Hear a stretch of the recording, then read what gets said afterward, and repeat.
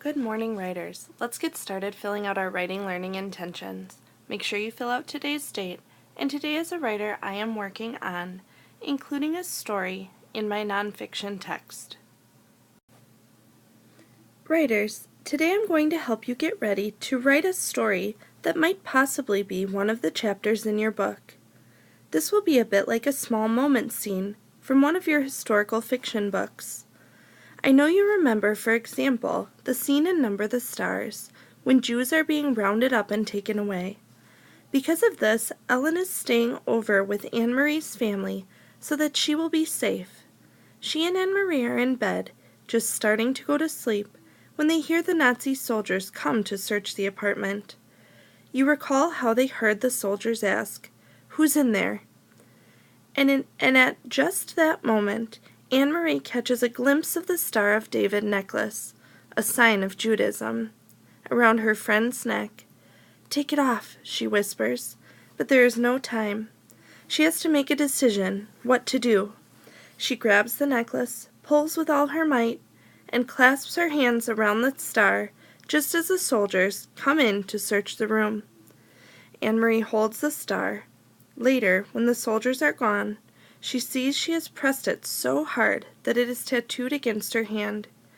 That scene brings the whole of that story and heroism to life, doesn't it? So today you might decide that you want to write your own scene or your own small moment story.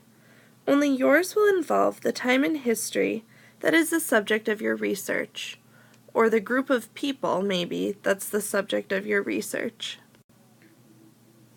So today I want to teach you that to write a story about a time in history, you need to think about the three most important elements in any story: the central character, a setting, and a problem.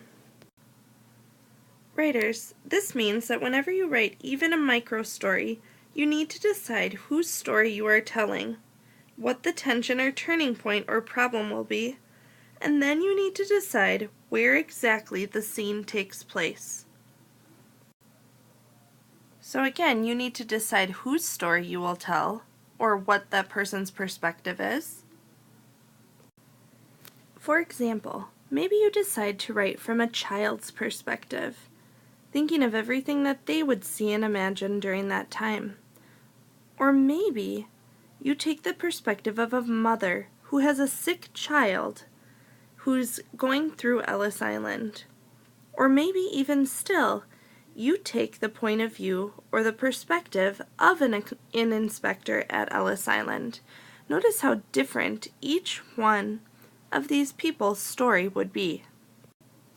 And then after you decide that, remember, you would decide on what the problem in your story would be.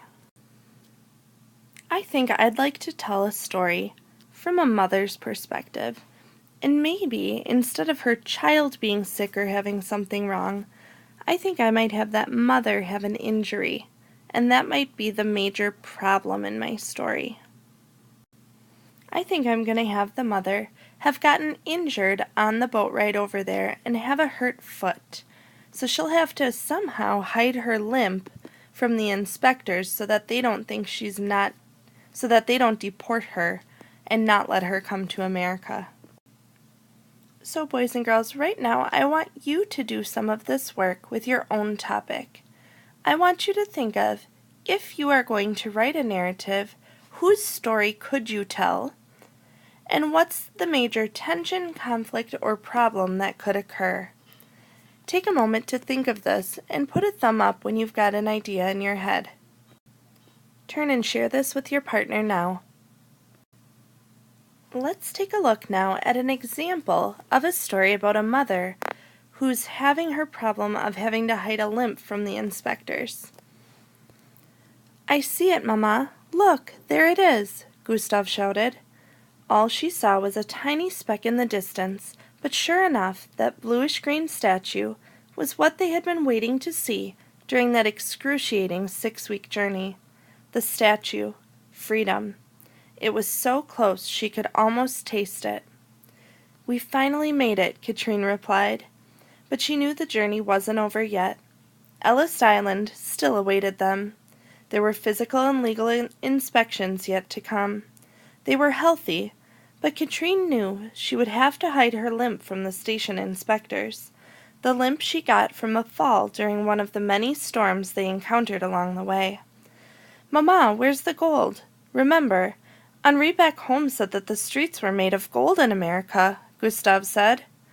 "Silly boy, streets aren't really made of gold. But we will find a better life here.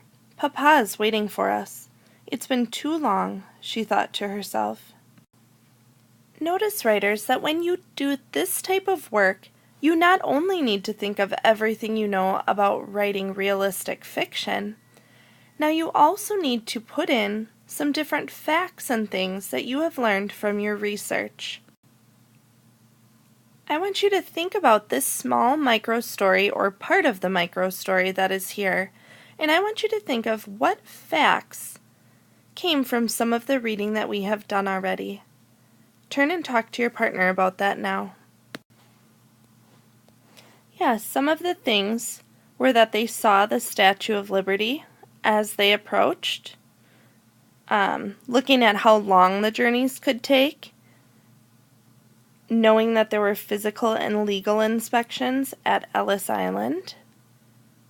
Let's see, anything else? Maybe this down here about the streets being made of gold and how people used to say that about America. So this story has lots of ideas in it that came from research. I now want you to think about that story you were possibly planning out in your mind. Think about the character and the tension. And now think about what are some things that you have researched that you might be able to put into that story. Give me a thumb up when you have that idea. Now turn and share that idea with your partner. Writers, including a micro-story would be a great way to make readers feel like they were really in that moment in history. If you decide to include a micro-story in your book, make sure that you're only including one or two small moments, that it's not a huge story like we wrote in our realistic fiction unit. Make sure it's really focused and that it has background from all of the research you've been doing. So today you could either get started planning out your micro story, or you could keep on working on your all about sections for your book. Work hard and make it a great day.